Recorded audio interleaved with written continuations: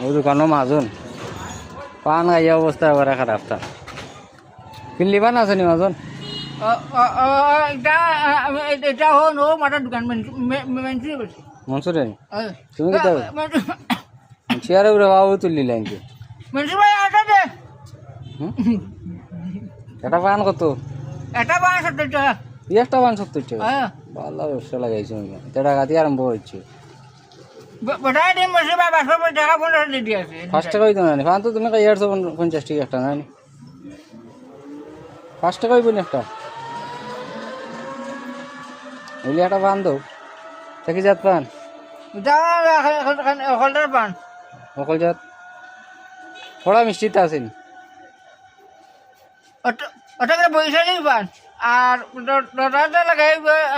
১৫০ টাকা জোর দরজা লাগাইলে ১৫০ টাকা তোমার পান খাই আর না